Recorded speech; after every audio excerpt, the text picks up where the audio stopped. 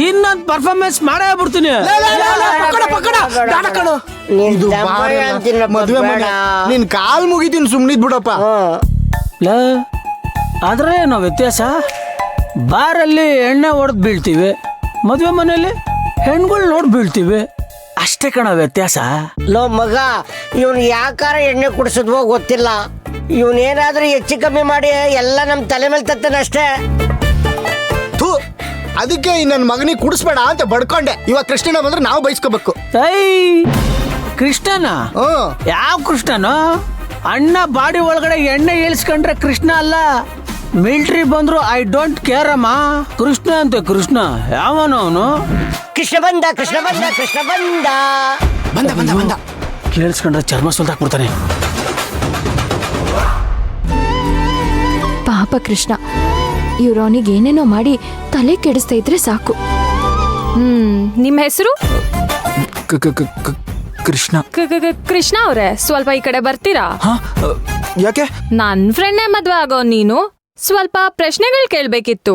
ಇಲ್ಲ, ಅದೇನ ಕೇಳೋದಿದ್ರು ಅಲ್ಲಿಂದಾನೆ ಕೇಳಿ. ಈಗ ನೀವೇ ಬರ್ತೀರೋ ನಾವೇ ಕೈ ಹಿಡ್ದು ಎಳಿಬೇಕು? ಬೇಡ ಬೇಡ, ಬರ್ತೀನಿ. ಬನ್ನಿ ಬನ್ನಿ.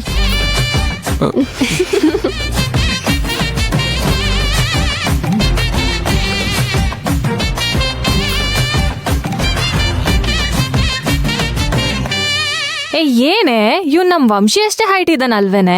ಅಯ್ಯೋ ಹೈಟ್ ಬಿಡು, ನಮ್ ವಂಶಿಯಷ್ಟು ಕಲರ್ ಇಲ್ವಲ್ಲೇ. ಸ್ವಲ್ಪ ಮೇಕಪ್ ಮಾಡಿದ್ರೆ ಸರಿ ಹೋಗುತ್ತೆ ಬಿಡೆ. ಆದ್ರೂ ಮೂಗ್ ಸ್ವಲ್ಪ ಉದ್ದ ಆಯ್ತು ಅಲ್ವೇನೆ?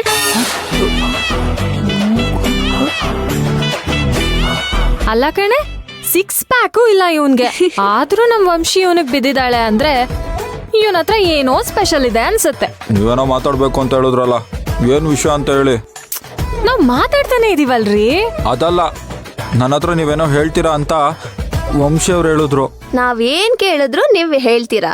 ನಾವ್ ಇವಾಗ ನಿಮ್ಗೊಂದಷ್ಟು ಪ್ರಶ್ನೆ ಕೇಳ್ತೀವಿ, ನೀವ್ ಅದಕ್ಕೆಲ್ಲ ಆನ್ಸರ್ ಮಾಡ್ಬೇಕು. ನಾನು ಅಷ್ಟೆಲ್ಲ ಓದಿಲ್ಲ, ನನಗೆ ಗೊತ್ತಿರೋದನ್ನ ಹೇಳ್ತೀನಿ ಅಷ್ಟೇ. ಹಲೋ, ನಾವ್ ಕೇಳೋ ಕ್ವೆಶನ್ಸ್ಗೆ ನೀವ್ ಓದೇ ಇರ್ಬೇಕು ಅಂತ ಏನಿಲ್ಲ. ನಮ್ ವಂಶಿ ಬಗ್ಗೆ ಗೊತ್ತಿದ್ರೆ ಸಾಕು. ಓ, ಅಷ್ಟೇನಾ? ಹಾಗಿದ್ರೆ ಕೇಳಿ. ಹೋ ಹೌದಾ, ನಮ್ ವಂಶಿ ಬಗ್ಗೆ ಎಲ್ಲ ಗೊತ್ತಾ ನಿನ್ಗೆ? ಎಲ್ಲಾನು ಗೊತ್ತಿದೆ ಅಂತ ಅಲ್ಲ, ಆದ್ರೆ ಅವ್ರನ್ನ ಅರ್ಥ ಮಾಡ್ಕೊಳ್ಳೋಷ್ಟಾದ್ರೂ ಗೊತ್ತಿದೆ ಅಂತ ಅನ್ಕೊಂತೀನಿ. ಹಾಗಿದ್ರೆ ನಾನ್ ಕ್ವೆಶನ್ ಕೇಳ್ತೀನಿ, ನೀನ್ ಆನ್ಸರ್ ಹೇಳ್ಬೇಕು. ಸರಿ, ಕೇಳಿ. ಒಂದ್ ವೇಳೆ ತಪ್ಪುತ್ರ ಕೊಟ್ರೆ ಏನ್ ಮಾಡ್ಬೇಕು ಅಂತ ನೀವೇ ಹೇಳಿ. ನೀನ್ ಗೆದ್ರೆ ನಾವ್ ಪಾರ್ಟಿ ಕೊಡ್ಸ್ತೀವಿ, ನಾವ್ ಗೆದ್ರೆ ನೀನ್ ಪಾರ್ಟಿ ಕೊಡ್ಸ್ಬೇಕು.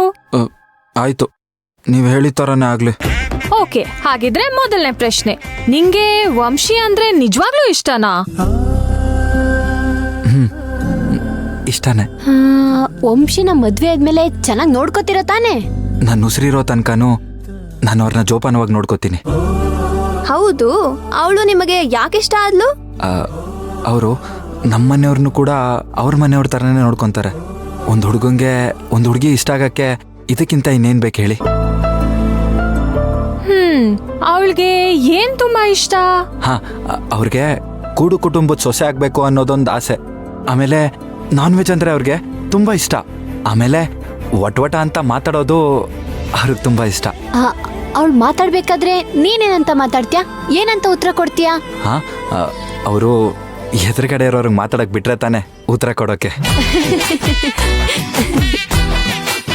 ಓಕೆ, ಈಗ ನಾನು ನಿಮಗೊಂದು ಫೈನಲ್ ಪ್ರಶ್ನೆ ಕೇಳ್ತೀನಿ. ವಂಶಿ ಅಂದ್ರೆ ನಿಮಗೆ ಎಷ್ಟಿಷ್ಟ? ಅಳತೆ ಮಾಡಿ ಹೇಳಕ್ಕೆ ಪ್ರೀತಿ ಅನ್ನೋದು ವಸ್ತು ಅಲ್ಲ, ಆದ್ರೆ ವಂಶಿಯವ್ರು ಕಂಡ್ರೆ ನನಗೆ ತುಂಬಾ ಇಷ್ಟ. ಹೌದಾ? ಹಾಗಿದ್ರೆ ಪ್ರೂವ್ ಮಾಡಿ ನೋಡೋಣ. ಅಯ್ಯೋಯ್ಯೋ, ಹೋಟ್ಲಲ್ಲಿ ದೋಸೆ ಮಾಡೋ ಅಂದ್ರೂ ಮಾಡ್ಬಿಡ್ಬೋದು, ಈ ಪ್ರೀತಿನ ಹೆಂಗಪ್ಪ ಪ್ರೂವ್ ಮಾಡೋದು? ಹಲೋ ಕೃಷ್ಣ, ಯಾಕೆ ಸೈಲೆಂಟ್ ಆಗ್ಬಿಟ್ರಿ? ಏನ್ ಮಾಡ್ಬೇಕು ಅಂತ ಗೊತ್ತಾಗ್ತಾ ಇಲ್ಲ. ಅಷ್ಟೇ ತಾನೇ, ಏನ್ ಮಾಡ್ಬೇಕು ಅಂತ ನಾನ್ ಹೇಳ್ತೇನೆ. ನೀನೀಗ ಒಂದ್ ಒಳ್ಳೆ ಡ್ರೆಸ್ ಹಾಕೋಬೇಕು.